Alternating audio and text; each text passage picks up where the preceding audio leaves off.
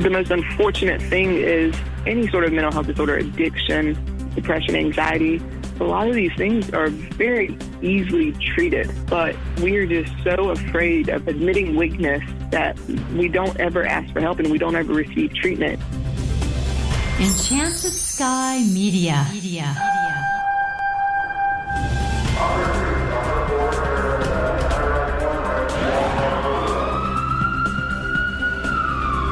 From the Federal Resources Studio, this is Code 3, the Firefighters podcast, hosted by award-winning journalist Scott Orr. Code 3 features interviews with leading members of the fire service, discussing firefighting strategy, tactics, and other topics you need to know more about. Now, here's Scott. That's right, and I will not let Parkinson's stop me. Thank you for joining me again here on Code 3. This is the show for and about firefighters. We're informing and entertaining members of the fire service, just like you, from coast to coast. We're going to address suicide on this episode. It may surprise you to learn that PTSD is not the major factor in most firefighter suicides. That's just one of the myths that surrounds and drives discussion on the topic of firefighters taking their own lives. One of the strongest advocates in the fire service fighting those myths actually nearly committed suicide herself 4 years ago. So now she's spreading the truth about firefighters that take their own lives. Dena Ali has been a guest on this show before. She's a 10-year veteran of the Raleigh, North Carolina Fire Department, where she's a captain. She's lectured on the subject at FDIC, and just last month, she graduated from UNC with a degree in public administration. And Dena Ali joins me now. Welcome to Code 3. Hey, Scott. Thanks for having me back. You're well known in the fire service for your efforts to combat suicide, but why did you consider yourself at one time?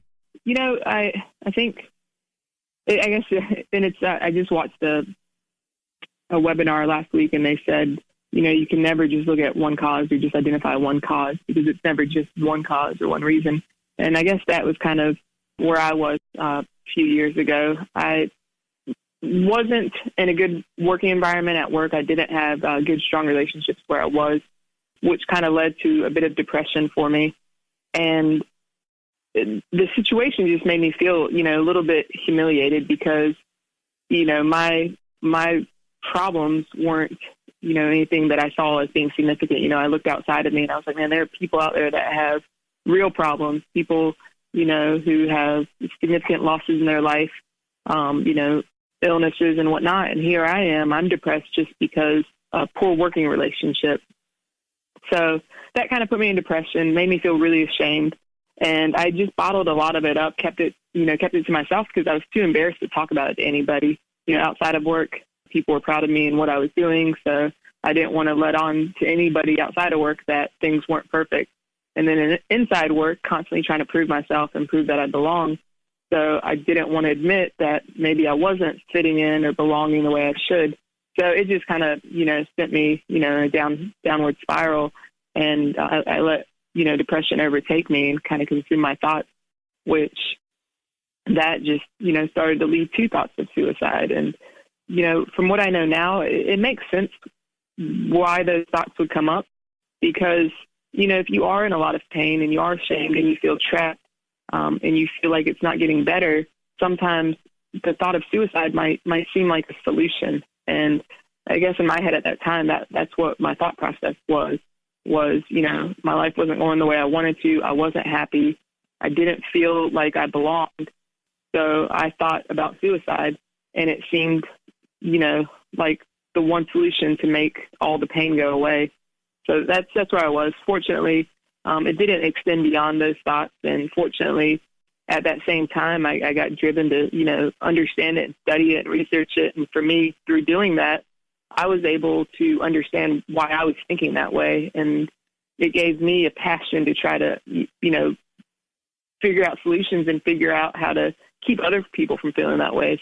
I was definitely fortunate and the timing of everything, I guess you'd say. So you're saying that studying the problem actually helped you recover from the deep depression that was leading you towards suicide? Right. It gave me, at the time, it gave me a purpose. As I started studying it, we all have seen the statistics and we see everything that's shared on social media.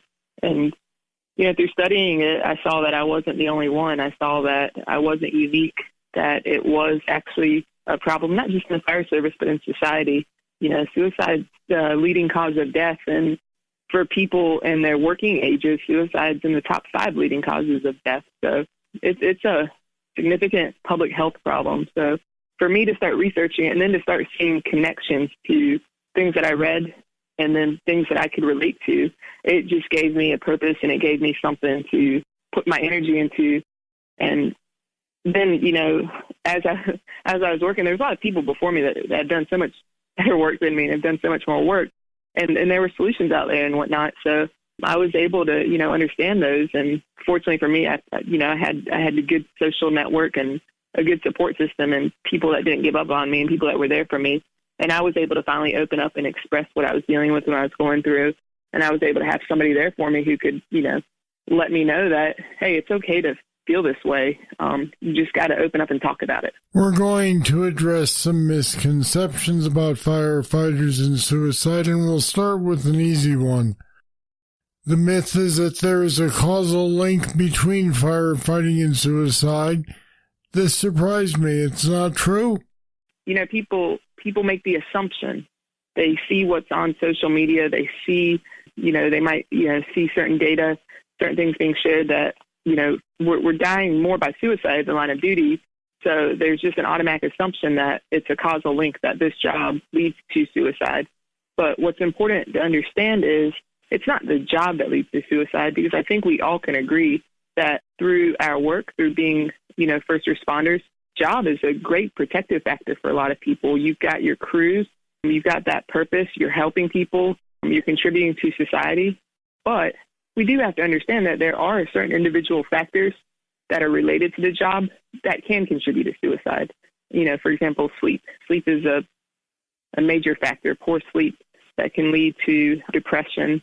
It also, poor sleep, not getting into REM, can also contribute to post-traumatic stress disorder. But there are certain individual factors that might be related to the job that could make you more inclined. But if you don't address those individual factors and you just blatantly say it's the job, you're going to miss your opportunity to solve the problem and to make a difference. Well, then here's another myth, since you mentioned PTSD. PTSD is the primary contributor to firefighter suicide. Again, in what I'll call the popular media, we've been led to believe this is true, but it's a myth. Yeah, absolutely. And, we're led to believe that it's the case for military. And there's a really good book that I read by Sebastian Junger called Tribe. And he really helped to explain where that myth came from the military. And he helped to demonstrate, the military, they've got high suicide rates, but it's not because of what they've seen. It's generally when they leave the military, when they're no longer a part of the military, when they're no longer a part of that group. I think for us in the fire service, the reason you see it all over social media, if there is a firefighter suicide or whatnot, usually the first thing that's, said about it is, the horrors of the job, the trauma of the job, which, there are horrors that go along with this job. You do see bad things. But in doing so, we're also failing to mention what one of the real issues is, and it's that mask that we put on, that, face that we put on, that, hey, we're the responders. We can't ever be the ones to ask for help. I think a lot of us remember when we first started, there was that old saying, leave your baggage at the door. So what happens, I think, for us is we become first responders, and we believe that we are the ones that should be helping people and that we should never be allowed to ask for help, because if we show weakness or ask for it, then, maybe we're not capable, which is absolutely not true. And, Chief DeGrice with the Chicago Fire Department, they collected data over 15 years for their peer support contacts, and they had almost 3,000 contacts. And the most common complaints for them in order were relationship and marriage issues, followed by organizational problems, not calls that they went to, but actual organizational relationship issues. Then alcohol, legal, financial, and then finally PTSD. That was the sixth issue. So it's not the first problem. And I think, for me, I can relate. When I was, feeling depressed, or when I was going through what I was going through, I felt like my issue wasn't worthy, that, it wasn't a job-related issue. It wasn't PTSD, so I shouldn't be allowed to, mention it. I mean, I think that's what happens to a lot of firefighters. They feel like, their issues aren't worthy of opening up about, when in fact, you're human. We're all human, and humans are going to have ups and downs, and it should be okay to share those so that you can address them. Does it seem to you that for these first two myths that they may be driven by the media in such a way that they're simplified, and you say, oh, he had serious PTSD because of what he saw, and that's why he killed himself, instead of looking at the deeper problems? Oh, absolutely, 100%. I really think the media perpetuates it. And then also just the comments that we make and what we share through our lack of understanding. A lot of people don't have a complete understanding, so they make assumptions. And, the assumptions seem like they might make sense. But until you actually, delve into it and try to understand it, it's hard to make those assumptions, or, you'll realize how inaccurate they really are. I'll be back with more right after this. Federal Resources is a mission-critical solutions provider with only one goal: to empower and prepare the first responder for any threat, at home or abroad, that they are called on to respond to. Your mission is to protect and defend. Our mission is to make sure you're equipped with the knowledge and training on response techniques to current threats. We'll make sure you know the latest innovations in technology to ensure mission success every time. You look out for everyone else. Let us look out for you. Learn more at federalresources.com.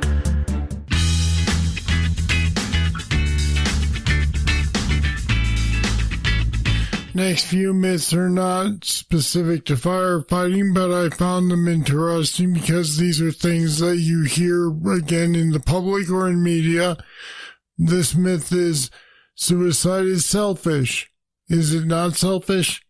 And that's, I think, one of the hardest ones to discuss. Just this week, I interacted with a survivor, somebody whose husband had died by suicide, and she was still just so very angry, and she hasn't gotten, through that part of the grief. And it's understandable. I mean, you built a relationship and you have a life together and you have a family. They had a child that was in middle school, and, and then he died by suicide. So for her, absolutely, she can't see past it being selfish. And it's almost, I wouldn't even attempt to try to talk her out of that viewpoint. And I think a lot of times that's where that myth comes from. It comes from people who are left behind. How could they do that to me? I can't believe they did that to me. But the unfortunate thing is, the person who dies by suicide, they don't see it that way. They see that they are a burden to others, that their life is, gone off track, and that it is causing pain to not only themselves, but damaging other people around them. Dr. Joyner, he's done so much research, and he's done so many studies to try to understand that burdensome component. And he feels 100% that everybody who died by suicide, the overriding theme in their head was that they are a burden. He actually did 2 studies of suicide notes and found that the most common expression was that of burdensomeness. And then he also looked at different mental health disorders and different groups of people, and he found that, one group, the Cleckley psychopaths, this group was almost completely immune to suicide. But unique about this group is that they are described as being selfish to the core. So to find that a group of people who is completely selfish is immune to suicide, and then compare that to what he found about, the overriding theme in somebody's mind before they die by suicide is that they are a burden, and that their death, is worth more than their life, which is absolutely a misperception. But in that person's mind, it seems true. And I always try to compare that to, thinking about maybe an anorexic woman. She thinks that she's, overweight. She thinks that she can't eat because, she's too big. But we look at her and we're like, oh my goodness, she's so underweight. How could you not realize that? But you can't tell her otherwise. But with regards to everything else, she's, everything else is totally rational except for her perception of herself. And that's similar to somebody who is suicidal and in the moments before their death, everybody around them is like, no, you're not a burden. You're not hurting us. We love you. But in their head, they can't shake that feeling, and they can't believe it. It's hard to make them believe that. I'm going to combine a couple of myths here. Suicide is impulsive, or it's an act of anger. Yeah, and those definitely, I think, are thoughts that come, after somebody dies or assumptions made. They actually found that anger was not present in most people who were suicidal. The overriding thoughts and overriding feeling was that of sadness. Dr. Joyner, he explained that pretty well, though. He said, if you look at people and, you try to evaluate them, there are lots of angry people. Not all angry people die by suicide. But maybe being an angry person and having that kind of personality might, lead you to have a riskier life or a more aggressive life, which could make you more capable for suicide. But to say that, it's an act of anger is just totally untrue. It's normally the complete opposite. It's an act of sadness, a feeling of failure. And when they really looked into people who died by suicide and looked at their lives in the days, months, and moments before, what they found is a lot of these people, even though they died by suicide, they still went to great lengths to try to ease that pain. The one I was just mentioning earlier, he worked with Raleigh Fire Department. He recently retired, but he actually went to lengths to get the house taken care of, pay off bills, do everything he could to take care of his family. We learned about Chief Dangerfield from Indian Beach, Florida. And when he died by suicide, he actually left his house, drove a few miles, went off the road because he didn't want any of his family to see him. So they found that it's not an act of anger. It's overriding an act of sadness. And a lot of times people still go to lengths to ease that pain. And then the thought of impulsiveness, and I still, I just read something the other day that was printed by somebody with a PhD, so somebody extremely educated, and it was a great article. Everything in it was, it just really was, it nailed it, except for one part. It said that suicide was impulsive, and that's so just absolutely not true. Maybe the final act could be impulsive. It could be an impulsive final act, but that person has been thinking about it for some time. That person has been building up to it for some time. Being able to die by suicide, it's not easy, and you can't just impulsively make the decision. You really have to overcome that instinct to survive and, overcome the fear of death, because that's our strongest instinct. Our bodies work really hard to keep us alive. It's true. I have always heard it described as being like a scale. And when your mind gets to the point where you believe that you simply can't recover it, so you may as well just go ahead and wrap it up. Yeah, and I even, I don't say suicide is an illness, but I compare it a lot of times to, like progressive illnesses like heart attacks, diabetes and whatnot. There's that trajectory that leads a person to that point. And along, like especially for a heart attack, along that trajectory, actions, like changing your diet, exercising, smoke cessation, those things could help prevent, having the heart attack. And then suicide, it similarly travels along that trajectory, except for somebody who, is traveling on that sort of trajectory. It is pain, repeated depressive experiences, just repeated setbacks that make that person feel that death is worth more than life. And, what's the most unfortunate thing is a lot of these things, depression, any sort of mental health disorder, addiction, depression, anxiety, a lot of these things are very easily treated. But we are just so afraid of admitting weakness and admitting that we're feeling this way that we don't ever ask for help and we don't ever receive treatment. And because of that, it continues along the trajectory and gets worse. All right, Dena Ali, thanks for talking with us today on Code 3. Thank you for having me. And we put some more information about the myths behind firefighter suicides on our website at code3podcast.com/myths. Check it out. Look out! Here comes your trivia question. All right, well, actually, yeah, you probably should look out. Looking at an EKG strip, you see that there are 6 large boxes between QRS complexes. So what is the heart rate? I'll have the answer right after this. If you like Code 3, you'll love the Code 3 Bull Session. It's more discussion with our guests on any topic. Sometimes it's serious. Sometimes it's not so serious. But it's only available to patrons of Code 3. Find out what you've been missing. Go to code3podcast.com/support.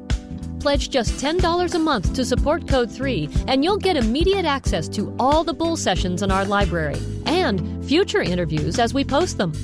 Become a patron today. Support the show and get access to the Code 3 Bull Sessions.